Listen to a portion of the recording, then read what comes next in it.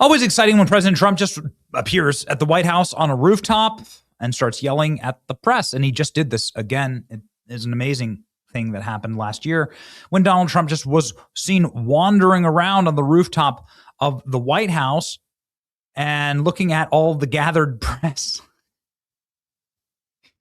and yelling at them. Pretty incredible moment here.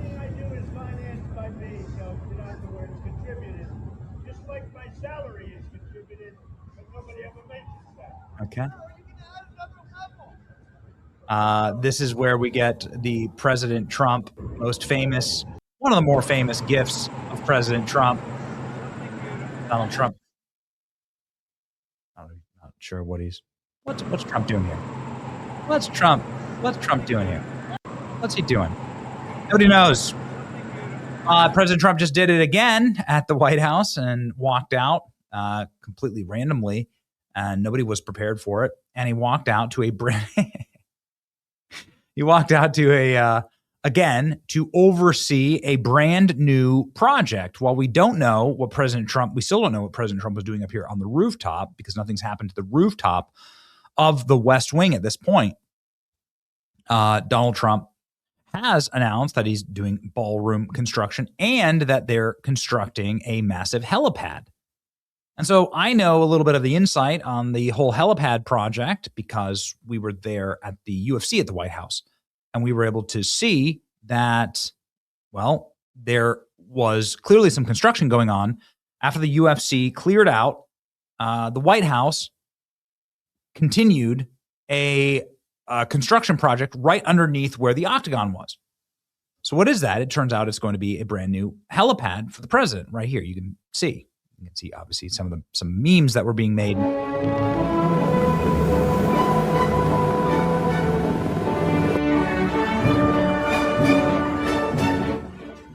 Okay. So this is actually technically what's going on here at the White House. Donald Trump needs a brand new helicopter. The helicopter that Donald Trump is using is 40 years old. And that's because it is a helicopter that can land on grass, but brand new helicopters are the helicopters that are actually secure for the president to travel in are much heavier, much more weighed down with new tech, anti-drone technology, and so on. These are the kind of helicopters that have been around since Richard Nixon. And so everybody's been using them just because, well, that's just what the president uses for Marine One. But these helicopters can land in grass. They're like Vietnam-era helicopters. And it's time to upgrade. The threats to the president obviously are quite high. And so you need an actual cement helipad in order to land at the White House. And this is what it looks like in the last known photograph, the helipad. You can see that the seal for the president of the United States is going on right there. It's going to look extremely dope. Well, ladies and gentlemen, it's also going to be heated. Hey, look at that. Very nice. You can see here in the construction. You're going to have that heated pads and concrete, heavy work going down. And Donald Trump just walked us out and showed us all of it. Surprised reporters, a personal tour of the White House renovations, including the helipad. You can tell he loves being in the shade for the workers because it's so hot. But the canopy will go back on. So you look at the stone, look at the columns, how perfect they are. They were so bad that when you looked up, you'd say, boy, those things are in bad shape. They had literally chunks of stone out of them missing. And now they're really in flawless condition. So it's very good. Very proud to do it. Enjoy it. And very proud to do it. Again, you have the facade, and this goes down here, the facade of the... And so let's go down there, ladies and gentlemen. President Trump talking with the guys on the helipad who are building the helipad. Donald Trump is going to have a drone-proof roof, talking about his ballroom. We're going to have on top of the roof drones, many drones, which will protect Washington, D.C. and protect the White House. Very important. And then Donald Trump posts this, which is a photo of the new White House ballroom with drones on it and military members, AI, very important military asset, will be the drone-proof roof. So here's Donald Trump greeting construction workers working around the clock in order to get the brand new helipad. And this is the first time we've seen a close-up look of the helipad. Here we go. Nice job, fellas.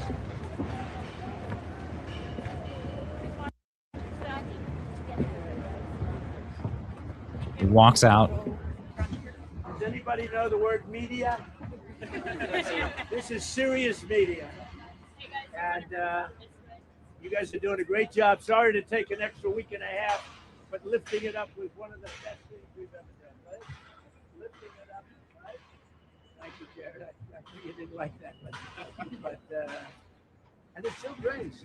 I watched it. There's enough drain. But the lifting it up was a big element. We're going to use this for a lot of different things. So this is a helipad at the highest level. It can land any helicopter in the world, no matter how big, no matter how powerful, no matter how strong. It would. I was explaining for the construction people. I was explaining how when the new big Sikorskys landed, the grass was completely wiped out. Yeah, come on over here, fellas. The grass was. Fellas, come on over here. Come on.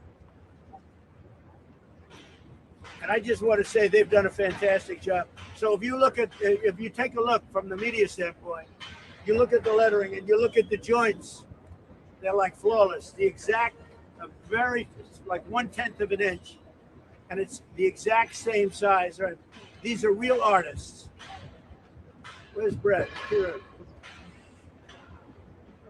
I don't want to give him too much credit, and I don't want a lot of people using him, so I'm not going to even mention his name. I'll just say his name is Brett. Because I don't want other people, because we got a lot of work to do, and I want you to stay here. I'm not looking for you to go to other jobs, okay? But the job he's done, he's an artist, Brett Rugo. He's an artist. And when you see in the middle, they're doing the eagle of the United States of America. That's what's in the process, and I guess that's what I'm signing right here. So they're doing, this is the head of the eagle. And that'll be flipped over, and it'll be amazing. Right? Oh, good. Well, there it is. Oh, that's great. Yeah. Wow. This is going to look incredible from the air and from every place. And again, this is going to be used for a lot of different celebrations, a lot of different big meetings where, as an example, President Xi is coming in a little while, a couple of weeks. And we didn't plan to have this done, but it's gone so well. I delayed them a week with the lift, but that's okay. That was a good delay. That was a very good delay. But President Xi is coming. Other heads of state will come, and we can do this all outside. Nice weather like today. And this was not a scheduled press conference, but I thought it's so good what we're doing. People should see, because the White House was in terrible condition. Some of these men worked on the facade of the White House, along with the Department of Interior. Doug Burgum has been fantastic. But they worked on the facade of the White House. And if you look at it now, if you would have looked at it 6-7 months ago, you would have been embarrassed. If you looked at it like I do, I look at it, everything, I'm a real good developer. And frankly, it used to make me sick to look at how horrible the condition was, where the stone was broken. The columns had big chips in them, a foot long. And it was terrible. And now it's perfect. It's perfection. And I think you can see that pretty much right even from this distance. See, Donald Trump's Type A is something that is being Type A can be a major attribute. It can also be, you can also get obsessive about stuff, and you have to be able to balance those things. Every creative understands this. I'm sure you understand this in your profession and what you do for a career. You probably don't do this, though. There's Donald Trump signing the platform. President Trump just signed the piece, new White House helipad, which will be buried. I hope it's a good signature, he says. It's a massive piece. We're using the wrong side. We're flipping it. What do you think? Is that good? I'll tell you what. That's good. Come on, Brett, sign this. Anywhere you want. Better be under my name now. I'll put it on you. So Trump putting some of his challenge coins on there and then signing some big giant piece and revealing that he's going to have Kim Jong-un. He's going to meet with Kim Jong-un this year. The fact that I get along with him, that's a good thing, not a bad thing. He has 57 very powerful nuclear weapons. Should have never allowed it to happen. They should have never allowed it. If I were president, I wouldn't have allowed it. But he's got them. I get along with him very well. I can't let Iran have a nuclear weapon. And I know Kim Jong-un very well, and he's going to be fine. As long as we have a smart president, he's going to be fine. If we have a dumb president, then he's probably not going to be so fine. All right, ladies and gentlemen, exciting times at the White House. Very interesting. Donald Trump certainly changing things, saying this will be the greatest military complex in the world, talking about the ballroom. When I was in China, they had a great room. They have a great room. It's phenomenal. It's not going to get any arguments with anybody. It beats everything. There's nothing like this anywhere in the world. They've wanted this ballroom aspect for 150 years at the White House, I can tell you.